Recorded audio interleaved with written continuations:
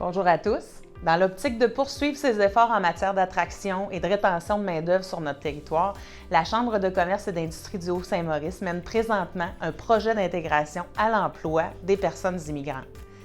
Ça se passe dans le cadre du programme Un emploi en sol québécois, initié par la Fédération des chambres de commerce du Québec et financé par le gouvernement du Québec. Ce programme vise, dans un premier temps, à faire connaître aux nouveaux arrivants les attraits de différentes régions du Québec ainsi que les emplois qui y sont offerts, facilitant ainsi leur intégration sociale et professionnelle. On est fiers d'annoncer aujourd'hui le lancement officiel de cette nouvelle plateforme. Je laisse maintenant mes collègues de la FCCQ vous en dire plus sur le fonctionnement de cette dernière. Le programme Un emploi en sol québécois favorise l'intégration à l'emploi des personnes immigrantes aux quatre coins du Québec. C'est aussi une façon simple pour les employeurs d'ici d'accéder à un bassin de nouveaux talents. Inscrivez votre entreprise à emploisolquébécois.ca. Bonjour à tous. Alors, je me présente, Charles Milliard, PDG de la Fédération des chambres de commerce du Québec. Alors, je vous salue donc tous les gens du Haut-Saint-Maurice, mes amis aussi de la Chambre de commerce et d'industrie du Haut-Saint-Maurice, Karine entre autres. Alors, je veux vous remercier vraiment d'être avec nous aujourd'hui pour le lancement de la plateforme Un emploi en sol québécois dans le cadre des activités donc de votre chambre de commerce. Je veux vous dire à quel point c'est un projet qui est important pour nous à la FCCQ. Ça fait déjà plusieurs années qu'on travaille à rendre encore plus pratico-pratique donc la venue de personnes immigrantes dans toutes les régions du Québec. Et je suis convaincu qu'avec la plateforme donc qui est lancée aujourd'hui, il y a plein de gens qui vont découvrir votre belle région, dans laquelle j'ai eu l'occasion d'aller d'ailleurs à plusieurs reprises, et de peut-être considérer donc faire une partie de leur vie, une partie de leur chapitre professionnel dans votre région. Alors à la Fédération, on essaie d'avoir des projets et des politiques qui sont les plus ancrés, si on veut, dans la réalité du quotidien, et c'est un peu ce qu'on fait avec vous aujourd'hui. Alors, je vous remercie. Je pense que ça démontre encore une fois la force du réseau, la force de notre réseau de 130 chambres de commerce, et je vous remercie de jouer un rôle tangible dans l'accueil, entre autres, des personnes immigrantes dans notre belle province et dans notre belle région. Alors, merci à tous et à bientôt.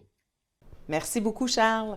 Je vous invite maintenant à écouter un extrait de mon collègue Benoît Malric qui est venu nous rencontrer lors du colloque Défi RH pour nous démontrer le fonctionnement et la facilité d'accès de la plateforme Un emploi en sol québécois. La FCCQ, il y a quelques années, on a remarqué que le principal enjeu des employeurs était la rareté de main-d'œuvre. Donc, plusieurs employeurs refusent des contrats parce qu'ils n'ont pas nécessairement la force de production pour pouvoir les assumer.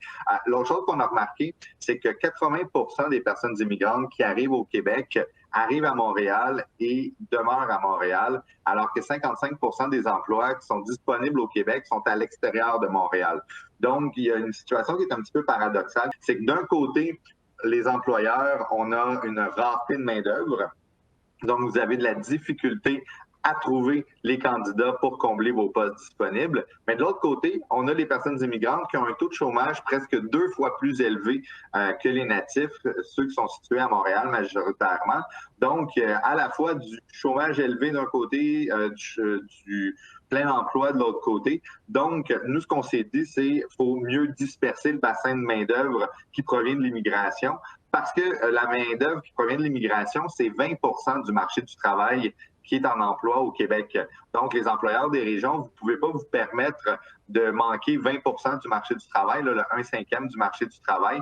Donc, en 2016, quand le gouvernement du Québec nous a approchés pour voir comment notre réseau de chambres de commerce, on pouvait contribuer à faciliter cette dispersion-là du bassin de main-d'œuvre, bien, nous, on a levé la main avec une initiative. On a fait un projet pilote dans 5 régions et maintenant, le projet est devenu un programme qui est présent dans 14 régions, comme je le mentionnais, et c'est une initiative qui est financée par le gouvernement du Québec.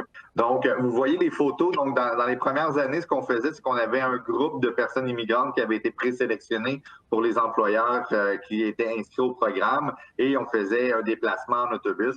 Vous aurez compris que c'était pas très distanciation sociale d'avoir tous les beaux rangs d'oignons comme ça sur des photos. Donc, on a adapté notre principe et on a numérisé nos opérations, mais on garde toujours la collaboration avec les chambres de commerce et les organismes de régionalisation de l'immigration, les places aux jeunes, comme vous avez mentionné, les CGE, comme vous avez mentionné.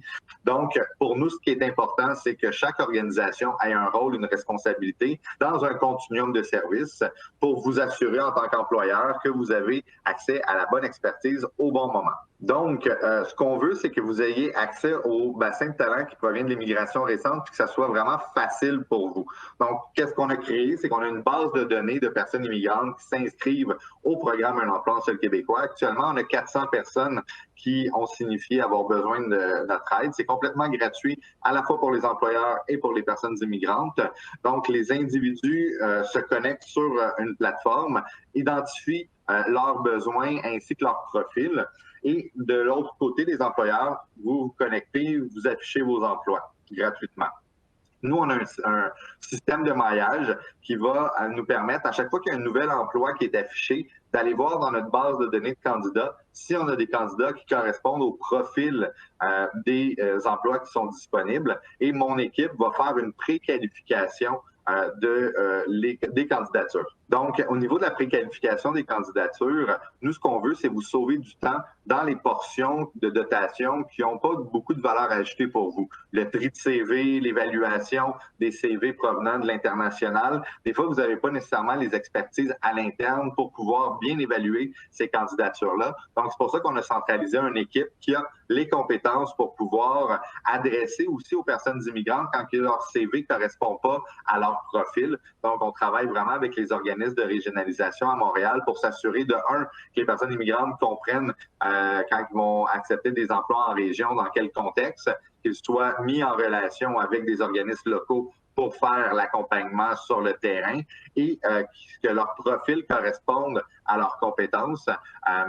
Parce qu'au Québec, on a un marché de l'emploi qui est basé sur la compétence, mais dans d'autres juridictions, le marché de l'emploi est peut-être basé sur les connaissances. Donc, c'est pas nécessairement la même façon de se présenter en emploi. Donc, une fois qu'on a fait la préqualification, si on a des candidats qui correspondent à votre profil, ce qu'on fait, c'est qu'on vous invite dans une rencontre en ligne de 20 minutes. Les rencontres en ligne en mode gratuit, c'est le vendredi matin ou le mercredi après-midi. En mode payant, c'est au moment où vous êtes disponible. Donc, dans ces rencontres en ligne-là de 20 minutes, c'est un entretien exploratoire. Et ce qu'on veut, c'est de voir si, entre ce que nous, on a évalué sur papier, ben ça convient à ce que vous recherchiez. Parce qu'on n'embauche pas des feuilles de papier, on embauche des êtres humains. Donc, en 20 minutes, ben c'est comme une pré-entrevue téléphonique. Vous avez l'occasion de parler avec le candidat pour voir si vous voulez poursuivre le processus de recrutement avec cette personne-là. Donc, à partir de ce moment-là, vous êtes complètement indépendant de poursuivre vos étapes. Et nous, si vous nous dites que vous offrez un emploi à une personne que vous avez rencontrée, bien, on dirige l'individu vers les bons organismes pour pouvoir avoir un accompagnement plus personnalisé, comme ce que vous avez, qu'on vous a présenté un petit peu plus tôt aujourd'hui. Donc, c'est vraiment en collaboration. Nous, on est vraiment au niveau de l'arrimage entre les employeurs et les candidats provenant de l'immigration. Et parallèlement, mais pour présenter les différentes régions, parce qu'il y a des personnes immigrantes qui me demandent en région, y a-t-il de l'électricité, y a-t-il de l'eau courante, y a-t-il du Wi-Fi? Mais on a décidé de produire des vidéos et la Chambre de commerce a le mandat de produire une vidéo de 10 minutes qui va mettre en lumière ce que vous pouvez offrir sur votre territoire, dans votre communauté. On va produire 40 vidéos comme ça de 40 MRC différentes. Donc, les personnes immigrantes vont avoir des outils pour choisir le milieu de vie dans lequel ils veulent s'impliquer et connaître les ressources locales et pouvoir les contacter pour avoir leurs services. Comme je mentionnais, on est dans 14 régions. On n'est pas à Montréal, on n'est pas à Laval parce que notre objectif, c'est d'amener les gens qui sont majoritairement dans les grands centres vers les régions. Mais si jamais il y a des personnes immigrantes qui ont des services d'organismes locaux en Mauricie, qui veulent s'inscrire au programme Un emploi en sol québécois, ils peuvent aussi bénéficier de nos services. Donc, au niveau des critères pour les personnes immigrantes, c'est tous des personnes qui ont immigré au Québec, qui parlent un français fonctionnel, donc sont capables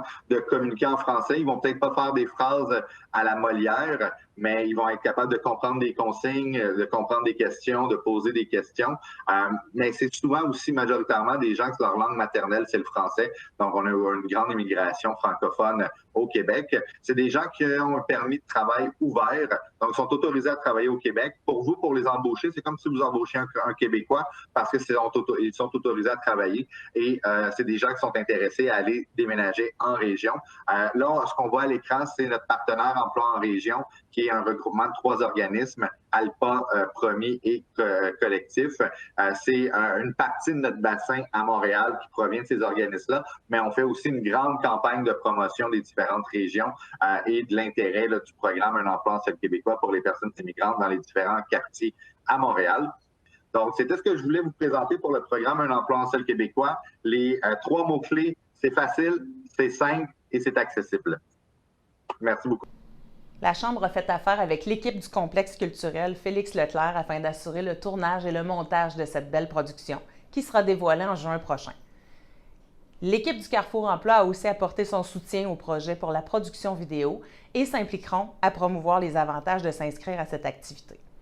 Au cours des prochaines semaines, nous invitons les entrepreneurs du Haut-Saint-Maurice qui sont en recherche de main-d'œuvre à s'inscrire gratuitement au programme au www.emploisolquebecois.ca.